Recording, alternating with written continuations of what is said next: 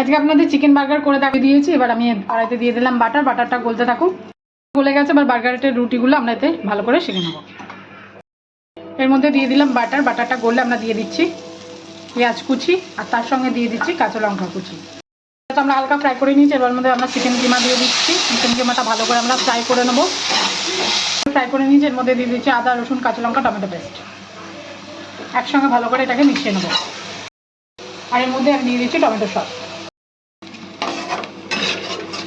Chicken কিমা ready হয়ে গেছে। এবার আমরা একটু লেবুর রস দিয়ে নামিয়ে ফেলবো।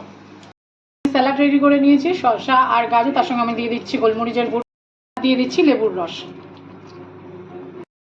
আমার বার্গারগুলো আমরা রেডি করে নেবো। তার জন্য আমরা একটা বার্গারের রুটি নিয়ে নিয়েছি। এর উপর আমরা দিয়ে দিচ্ছি চিকেনের কিমা, আর তো দিয়ে দিচ্ছি শসা, দিয়ে দিচ্ছি টমেটো, আর উপর দিয়ে দেবো চিজ।